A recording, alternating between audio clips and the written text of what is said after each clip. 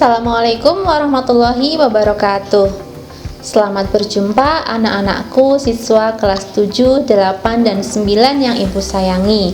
Saya Asruryati, biasa dipanggil Bu Ruri. Kali ini saya akan membawakan materi layanan BK dengan tema mengatasi kesulitan belajar selama masa karantina akibat wabah COVID-19. Bagaimana? Menarik bukan? Selamat menyimak.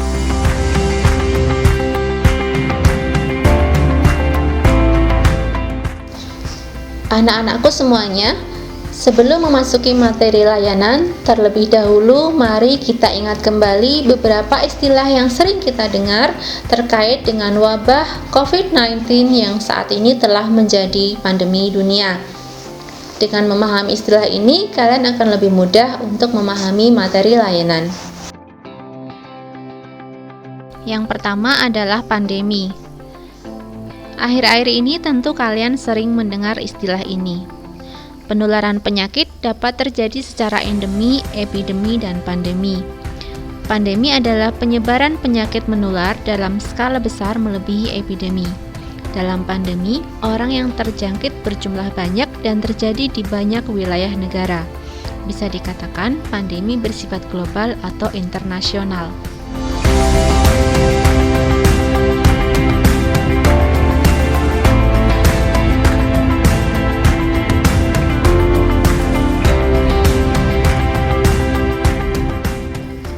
COVID-19 adalah singkatan dari Coronavirus Disease 2019.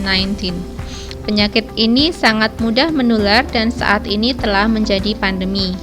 Penyebabnya adalah virus corona jenis baru yang disebut novel coronavirus atau nCoV.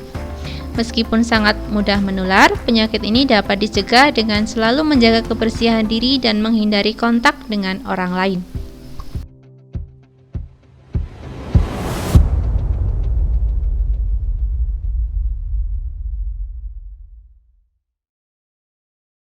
Swakarantina.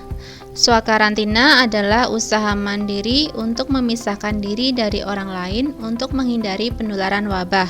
Caranya adalah dengan tinggal di rumah masing-masing dan menghindari kontak fisik dengan orang lain. Mengapa tinggal di rumah saat ini sangat penting? Ini adalah upaya untuk memutus mata rantai penularan virus. Virus tidak dapat berpindah dengan sendirinya, tetapi dipindahkan melalui droplet yang masuk ke dalam tubuh. Tubuh yang kemasukan virus akan menjadi inang baru untuk perkembangbiakan virus. Jika virus tidak menemukan inang baru, maka virus akan mati dengan sendirinya. Jika semua orang tetap tinggal di rumah, diharapkan virus tidak akan menular lagi karena tidak ada kontak fisik antar manusia. Lalu virus akan mati dan wabah pun berakhir.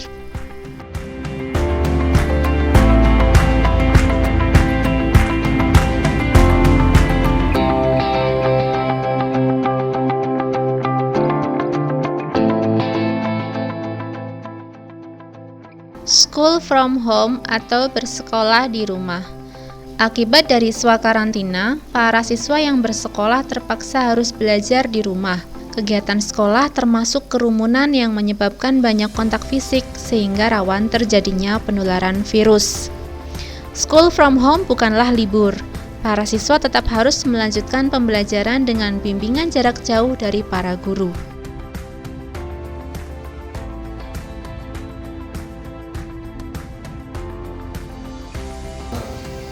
Nah, sampai di sini kalian bisa memahami kan kenapa harus melakukan school from home?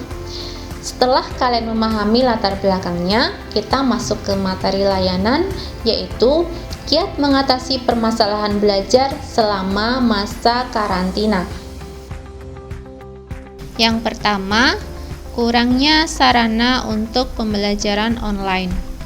Pembelajaran secara online tentunya membutuhkan peralatan dan jaringan internet. Peralatan yang dibutuhkan dapat berupa smartphone dan laptop atau komputer. Selain itu, dibutuhkan juga kuota internet yang memadai, yang tentunya membutuhkan biaya tersendiri.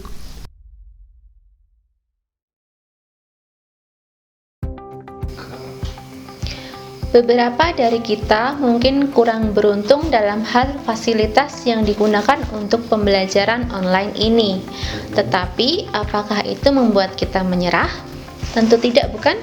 Nah, bagaimana kiatnya?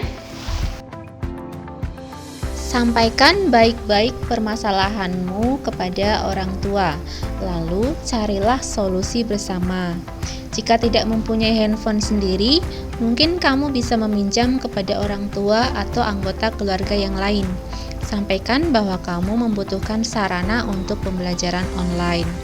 Selanjutnya, biaya untuk membeli kuota internet bisa kamu dapatkan dengan mengalihkan uang yang pada hari normal digunakan sebagai uang saku di sekolah. Ini adalah termasuk manajemen keuangan. Jika kiat ini masih sulit dilakukan, kalian bisa meminta bantuan teman yang terdekat dengan rumahmu. Tanyakan tugas atau materi untuk hari itu. Selanjutnya, kamu dapat belajar dan mengerjakan tugas sendiri di rumah. Jadi, tidak ada alasan untuk tidak belajar karena kurangnya sarana yang kamu miliki. Selama ada niat yang kuat, pasti akan ada jalan. Kita lanjut ke permasalahan berikutnya ya. Selanjutnya, kamu mungkin akan mengalami kesulitan dalam memahami materi pelajaran karena kamu harus lebih mandiri tanpa pendampingan guru secara langsung. Bagaimana mengatasinya?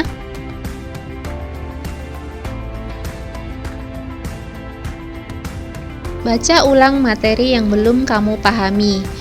Pelajari bahan-bahan yang ada sampai kamu memahaminya. Jika masih belum paham, tanyakan kepada guru bagian mana yang belum kamu pahami. Kamu juga dapat mencari sumber belajar lain melalui internet. Manfaatkan sarana belajar yang ada semaksimal mungkin. Permasalahan berikutnya adalah munculnya rasa bosan. Masa swakarantina yang berlangsung lama mungkin memunculkan rasa bosan, termasuk bosan untuk belajar.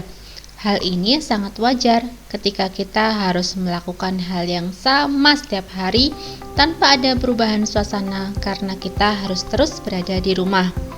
Bagaimana kiat mengatasinya?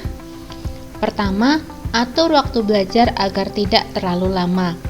Kamu bisa belajar sebentar-sebentar tetapi sering daripada belajar sekali dalam waktu yang lama. Selama masa istirahat, kamu bisa melakukan kegiatan selingan sesuai hobimu. Tentunya selain berkeliaran di luar rumah ya. Masih ada permasalahan lain? Selain merasa bosan, pada suatu titik kalian mungkin juga akan merasa malas. Rasa malas biasanya muncul karena bosan, atau mungkin juga kamu kurang memahami manfaat dari kegiatan belajar di rumah yang saat ini sedang berlangsung. Selain itu, adanya kegiatan yang lebih menarik bagimu juga dapat membuat kamu teralihkan dan menjadi malas belajar. Bagaimana mengatasinya? Pertama, disiplinkan waktu belajar. Apapun yang terjadi, usahakan menepati waktu belajarmu, jangan sampai teralihkan dengan hal lain pada waktu itu. Selanjutnya, kamu harus mengetahui penyebab malas, lalu sebisa mungkin menghindarinya.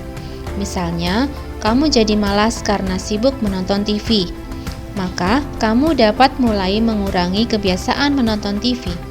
Ingatlah, kamu masih punya kewajiban lain yang harus kamu lakukan. Kamu juga bisa meminta orang tua mengingatkanmu agar tidak malas. Ingatlah, setelah wabah berakhir, masih ada tanggung jawab yang harus kamu lakukan. Nah, demikian materi layanan BK untuk bimbingan kelas besar yang Ibu sampaikan pada kesempatan kali ini. Jika membutuhkan layanan konseling untuk permasalahan belajarmu, kamu dapat menghubungi guru BK secara online. Semoga bermanfaat dan tetap sehat ya. Wassalamualaikum warahmatullahi wabarakatuh.